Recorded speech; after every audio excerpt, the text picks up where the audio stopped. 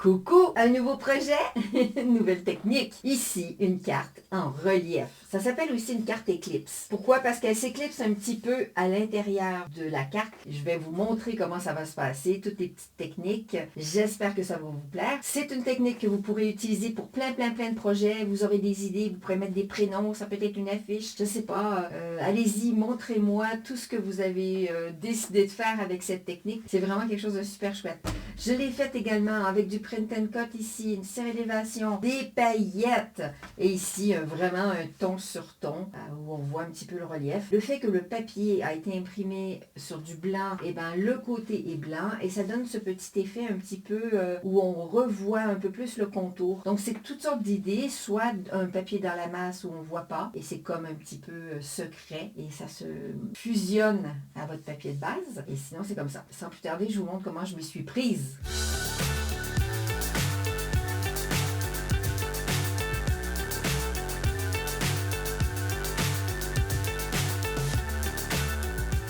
L'idée sur ce projet, ça va être de créer sa carte, d'y mettre le texte qu'on veut et faire plein de petites manipulations. Et après, on fera le montage ensemble. On va aller dans le logiciel là tout de suite. Nous voilà dans le logiciel. Quand j'ouvre un nouveau document, évidemment, j'ai la mise en page qui s'ouvre automatiquement. Et puis là, j'ai ouvert le style de texte parce qu'on va en avoir besoin. Je vais créer une carte. Tiens, je vais lui faire des petits contours arrondis. Je vais faire plutôt une carte avec des contours arrondis. Ça sera plus doux au niveau du look. Je vais faire comme ça. Je vous l'ai mise en couleur, la carte, pour que vous puissiez mieux voir. Et après, je vais faire un petit agrandissement de l'écran une fois qu'on sera dans le travail plus simple. Donc, je décide de mes dimensions. Une fois que mes dimensions sont faites, je vais utiliser mon style de texte, donc mon outil de texte, et je vais écrire, par exemple, le mot « amour ». Le mot amour est dans une police qui ne me convient pas. J'en ai trouvé une qui était bien. C'était la Berlin qui est pas mal. Berlin ici, celle-là, voilà. Elle est très nette. Elle sera plus facile à faire. Je vais changer ma police aussi pour une autre teinte pour qu'on puisse bien la voir. OK? Ici, c'est ma petite carte que je veux faire amour. Je suis en mode texte avec ça. Je vais me faire déjà mon duplicata que je vais mettre de côté. Si jamais j'ai besoin de retravailler mon texte, je pourrais toujours l'avoir parce qu'une fois qu'il va être en mode vectoriel, il n'y a plus moyen de le modifier en tant que tel, ni la police, etc. Je vais donc prendre mon mot amour et je vais en créer un tracé composite. Il est à la dimension proportionnelle à ma carte que je souhaite. Je peux fermer maintenant ma boîte de texte, de style de texte, et je vais me faire plusieurs duplicata du mot vectoriel. Je vais faire autant de copies que j'ai envie de faire de superposition d'épaisseur sur ma carte. Ça peut être une carte, ça peut être une carte postale, ça peut être plein de choses. Ce type de carte, donc, ça s'appelle aussi Eclipse si vous faites des petites recherches pour des idées. Et j'ai envie de la mettre légèrement un peu plus à gauche, comme ça. Puis je trouve ça... Non, allez, je vais la centrer. Donc, je vais prendre mes deux et je vais les centrer l'un par rapport à l'autre. L'idée maintenant, ça va être de perforer cette carte avec le texte. Et vous allez comprendre pourquoi. Je vais donc faire un tracé composite et là, ma carte, elle est perforée. Si je l'envoie en découpe avec ma machine, je vais avoir une carte avec des trous derrière. Ce que je vais vouloir faire, c'est créer derrière quelque chose qui va permettre... Alors, je vous explique. Je vais découper plein de mots amour et chaque lettre va venir se coller à l'intérieur. Pourquoi je fais des trous? C'est un système d'alignement pour m'assurer qu'une fois que mes lettres seront découpées, elles seront toutes autonomes, eh bien, je les prendrai une par une et je viendrai les coller. Et pour les coller à l'intérieur, si je les colle, il n'y aura rien derrière pour les maintenir. Ils vont passer au travers. Donc, ce que je peux faire, c'est simplement me créer un duplicata de ma carte. Je vais scinder mon tracé composite et je vais retirer le texte amour. Et là, ça serait mon fond. Je vais mettre une autre couleur comme ça. Peut-être que l'idée va être plus claire pour vous. Je vais le passer derrière. Et vous voyez que là, ça fait une teinte. Je les aligne. Et là, quand je vais avoir découpé chaque lettre, je vais venir la coller. Donc, je vais coller mon morceau bleu avec mon morceau rose-violet. OK? Ensuite, je vais venir coller mes lettres une par une dans l'espacement qui se sera fait. Je reviendrai coller par-dessus celle-là, ainsi de suite, toutes les épaisseurs que je souhaite. Pour le moment, il va falloir qu'on envoie en découpe tous nos morceaux Et là, j'ai 2 morceaux à découper. J'ai choisi un papier de fond que je trouvais très, très, très joli. C'est un papier qui vient de chez Action. C'est les blocs de papier en 216 grammes, je crois, quelque chose comme ça. Ça va être ma carte du devant avec les fleurs. Je vais pouvoir envoyer ça en découpe tout de suite. Donc, juste avant aussi d'envoyer en découpe, ce que j'ai oublié de vous dire aussi, c'est qu'on va éditer les points et on va les simplifier. Voilà, ça c'est déjà mieux. Ça c'est fait. Je peux envoyer maintenant en découpe. Je fais envoyer. Je vais sélectionner du cardstock lourd. C'est un cardstock assez épais que j'ai. Je me mets en lame manuelle pour mes réglages. Je vais me mettre en 33. La vitesse, je peux quand même mettre plus, hein. Là, on est pas mal. Est-ce que j'ai des angles importants? J'ai peut-être juste au niveau du A, peut-être ça, je vais l'activer. Et donc, je suis bien sur ma caméo 4 en filaire. Ça, c'est bon. Donc, tous mes réglages sont bons. Je vais envoyer en découpe.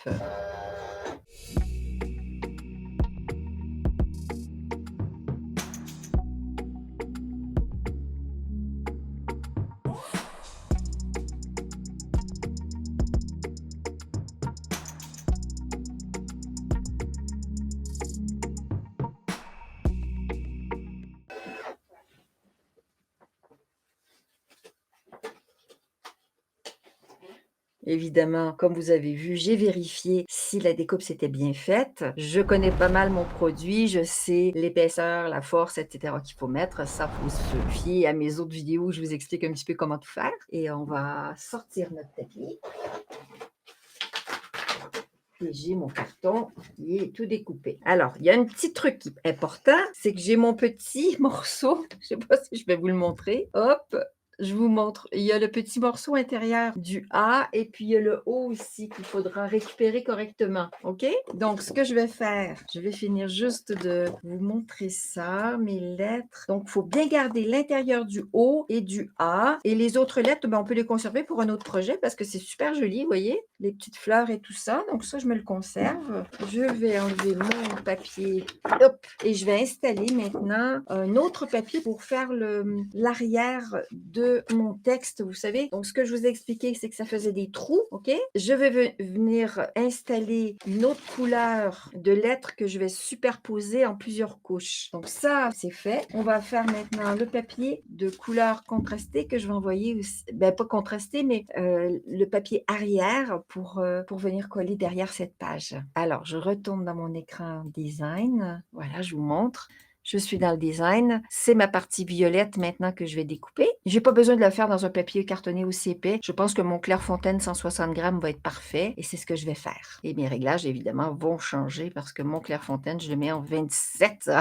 Voilà, c'est parti. J'ai découpé mon cadre blanc pour mettre derrière, pour servir de doublure, OK? Ça, c'est fait. Maintenant, il nous reste à y mettre nos lettres. Donc, il faut les découper. Dans le logiciel où on est, j'ai mon texte. Mon texte, il ne faut pas oublier donc d'éditer les points et les simplifier. Je l'ai, je vais me le faire autant de fois que j'ai envie d'avoir d'épaisseur. Bon, je me dis que 5, ça va, je pense que ça devrait le faire. Ça va faire un sacré effet. Et je vais envoyer en découpe. Je m'assure que je suis encore à la bonne profondeur et force. Donc là, je sais qu'il faut que je sois en 33. Je suis en lame manuelle. Pour moi, ça me va. Et je vais envoyer maintenant la découpe.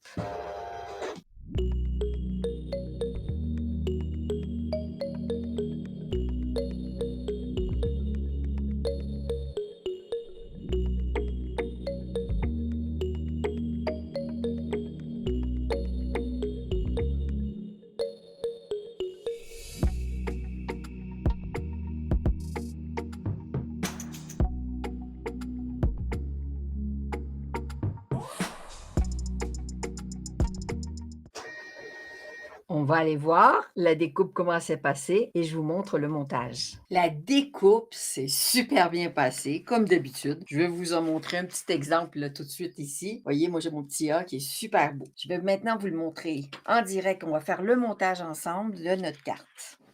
Donc ça, c'est ma dernière découpe. Je vais enlever mon petit scotch qui m'a servi d'attache additionnelle. On n'est jamais trop sûr, hein? Voilà, j'enlève ça. Il me reste un petit morceau ici. On les laisse sur le tapis, toutes nos lettres. Vous allez comprendre pourquoi. pourquoi, juste dans 2 petites minutes. J'ai donc changé de papier. Je trouvais que l'autre, ne convenait pas, j'en avais pas assez. C'était une chute. OK, ce que je peux faire éventuellement, c'est soit laisser mes lettres sur le tapis, soit je vais venir les chercher avec mes pinces à épiler, OK? Je vais donc mettre ça de côté 2 secondes, le temps de faire le montage de mes 2 pièces de cartes, d'accord? Celle-là va venir se mettre derrière celle-là. Il va falloir donc que je colle celle-ci du mieux que je peux avec ma super cocolle. Voilà, m'assurer de bien en mettre sur les coins. Les endroits qui sont moins sûrs, je mettrai le petit embout parce que cette colle, il y a un embout. Je fais comme ça. Je vais refermer ma petite cocolle du côté épais. Je vais prendre le côté plus fin pour faire les petits coins plus délicats. Parce que ça, il faut que ça tienne bien. Hein? Comme les lettres vont venir s'incruster dedans, il ne faut pas que ça bouge. Hop, sur les petits bouts. Je vérifie si j'ai bien mis. Après, on peut mettre un petit peu de double face si on a envie. Voilà. Donc, ça devrait faire l'affaire. Je vais la laisser comme ça et je vais plutôt venir mettre mon papier dessus pour bien coller ça. Il ne faut pas que je me loupe parce qu'elle sèche assez vite, celle-là. Voilà. Pas trop mal. Voilà. Donc là, il ne faut pas tout de suite que j'ai de colle ici. Et là, je vais mettre ma colle. Je vais mettre un petit peu d'éclairage plus... Voilà. OK. Je vais donc venir mettre de la colle là-dedans sur ma première couche. J'en mets partout dans mon A. OK? Je vais aller chercher ma plus récente découpe. Et je vais venir chercher un A. Vous allez voir comme ça. Et le mieux, c'est de le prendre évidemment avec ma pince pour venir l'installer délicatement à l'intérieur. Je ne sais pas si vous vous rappelez, tout à l'heure, je vous avais dit garder l'intérieur du A et du O. C'est à ce moment-ci qu'on va venir le mettre. Parce que c'est là qu'il va au départ. C'était la continuité du motif qui est ici. Donc, on ne veut pas le manquer. J'ai mes doigts qui collent un petit peu. Ça, c'est bon. Et je vais venir mettre mon haut pour la satisfaction, pour ne pas perdre mes morceaux. Voilà. Je vais enlever l'intérieur de ce haut-là que je n'ai pas besoin parce qu'il ne faut pas qu'il soit de la même teinte. Il faut qu'il soit contrasté. Et là, je vais mettre de la colle pareil sur mon haut. Je viens l'insérer à l'intérieur. Et mon petit haut de fleurs, il vient là, au milieu. Donc, pour le moment, tout est à la même épaisseur. Hein? On va rajouter le M, le U et le R. Alors, comme mon papier n'est pas de la même teinte partout, je peux m'amuser aussi à mélanger les différentes épaisseurs. Le U n'est pas nécessairement au même endroit que le reste. Ça sera donc l'autre épaisseur et l'autre épaisseur. On peut sortir toutes nos lettres à l'avance. Mais là, on ne va plus mettre le petit cœur parce qu'on veut garder cet effet. Vous voyez, en les superposant, on garde l'effet. Puis on peut décider de dire, ah ben tiens, c'est le jaune que je vais laisser sur le dessus. Donc, on joue un petit peu comme ça en mettant les teintes au fur et à mesure.